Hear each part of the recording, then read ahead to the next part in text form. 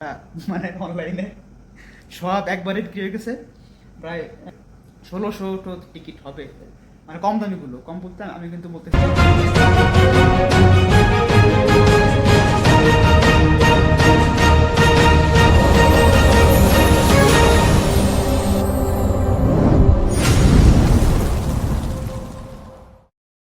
Hello সবাইকে।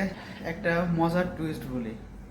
আমি হচ্ছে এই যে আমার কম্পিউটার স্ক্রিনে বাংলাদেশের এবং ইন্ডিয়ার একটা ফুটবল ম্যাচ আছে সামনের 18 তারিখে। হচ্ছে যে আমার এলাকার কিছু ছোট ভাই ব্রাদার ওরা খেলা দেখবে। তা আমাকে বললো যে চয়নদা, আপনি হচ্ছে আমাদের জন্য 500 টাকা দামের কিছু টিকিট যেগুলো কম দাম বুক করেন।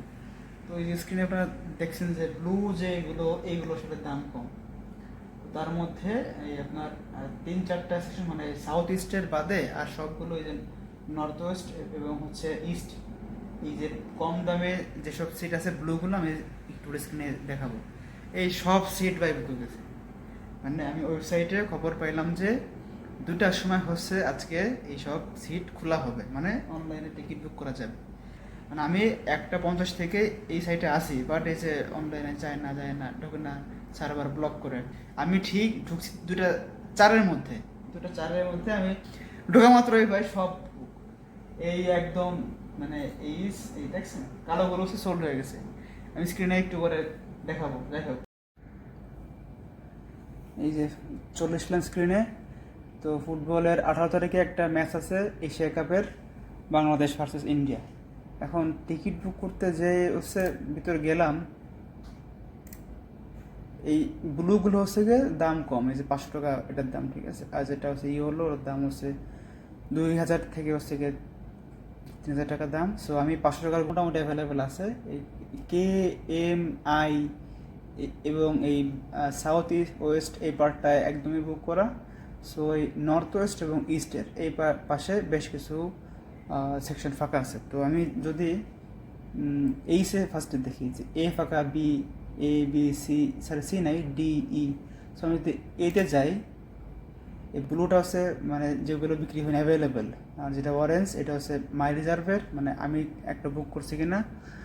আর লাল হচ্ছে কেউ বুক করছে অন্য কেউ, আর যেগুলো কালো সেগুলো হচ্ছে বুক হয়ে গেছে। আমি যদি জুম করে দেখাই যে দেখা যায় কেন, এই যে ব্লু হচ্ছে যে অ্যাভেলেবেল, আর অরেঞ্জ হচ্ছে মাই রিজার্ভ, আর লাল হচ্ছে রিজার্ভ, আর যেগুলো হচ্ছে অ্যাশ কালার সেগুলো সোল্ড হয়ে গেছে।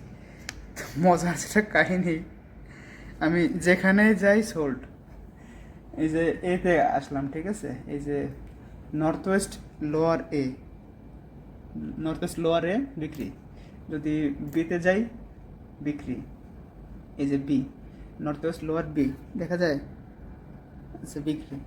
তারপরে যদি হচ্ছে যে যাই কি বলে ডিতে, কারণ সিতে বুক করা সব বিক্রি। এই যে 3-4-10 থেকে 500টার মধ্যে একটু বুক করা আছে। কথা হচ্ছে কি, প্রতিটি রোতে যদি হচ্ছে যে আপনার 50টা করে সিট থাকে, তার মানে প্রায় 500। সো 400 থেকে 400 মানে 500টা হচ্ছে সিট আছে। তা নর্থ ওয়েস্টের মধ্যে মোট হচ্ছে রো আছে 1 2 3 4 5 6 7 8 9 10 11 12 13 14। 14 × 50 700, 700 1 2 3 4 5 6 7 8 9 10 11 12 13 14 15 16 17 18 19 20, তখন হচ্ছে 1000 আর এই পাশে ওরকম হবে আর 900। তাতে মোটামুটি 3500 মতন সিট, যেগুলো দাম কম আর কি। আমি কিন্তু 500 টাকাগুলো বলতেছি আর কি। এই যে এই হচ্ছে রেট 500 টাকা, 6000 টাকা, 5000 টাকা, 3000 টাকা। সো এই যে যে অবস্থা, 500 টাকার যে সব সিট ভাই, মাত্র আমি ঢুকছি মাত্রই খুলছে, ঢোকা মাত্রই সব বুক। মানে বুঝলাম না এখানে সিন্ডিকেট এইভাবে মানে ফিক্স হয়ে গেছে যে আমি মাত্রই কেনার জন্য ঢুকলাম, মাত্র ঢোকার সঙ্গে সঙ্গে সব বুক হয়ে গেছে ভাই। কিভাবে এগুলো সম্ভব? যাই হোক, সবাই সৎ হই আমরা, সবার খেলা দেখার অধিকার আছে, বাংলাদেশের খেলা। সো এটা হচ্ছে যে আমি চাইবো যেন প্রত্যেকে এটা দেখার চান্স পায়। এই অবস্থায় ভাই, তা বাংলাদেশের আমরা এই যে বাংলাদেশের সাধারণ নাগরিক, আমাদের কি বাংলাদেশের খেলা দেখার অধিকার নাই ভাই?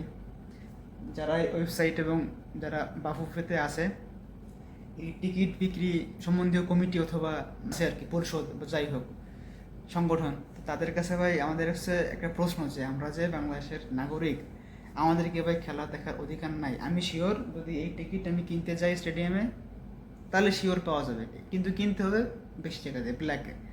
এইগুলো আসলে কেন করবো? কিছু টিকিট তো চাইলে মানে ছাড়া যাইতো নাকি? এই বিষয়টা কেমন হয়েছে ঈদের সময়, যেমন হচ্ছে আমরা মানে বাস বা ট্রেন টিকিট বা লঞ্চের টিকিট যেমন অনলাইনে টিকিট বলে যে ছাড়া হয়েছে কিন্তু নাই, বিক্রি হয়েছে, দাম করে বিক্রি হয়েছে, এখন সেম তাই হয়েছে কাহিনী। ছেলেপিলে একটু আসবে খেলা দেখতে, তা না, খেলা দেখার অবস্থা আপনারা মানে অনলাইনে সব একবারই বিক্রি হয়ে গেছে। প্রায় প্রায় মোটামুটি 1600 টিকিট হবে, মানে কম দামিগুলো। কম বলতে আমি কিন্তু বলতেছি যে 500 টাকারগুলো। এরপরে অনেকগুলো আছে দামি দামি আরও আছে, দুর্ভাগ্য আর কি। বাচ্চারা তোমরা দেখতে পারলে না, পরের বার দেখি অন্য ব্যবস্থা করতে হবে, এবং আশা করি দেশে এই বিষয়গুলো নিয়ে গভর্নমেন্ট কাজ করবে।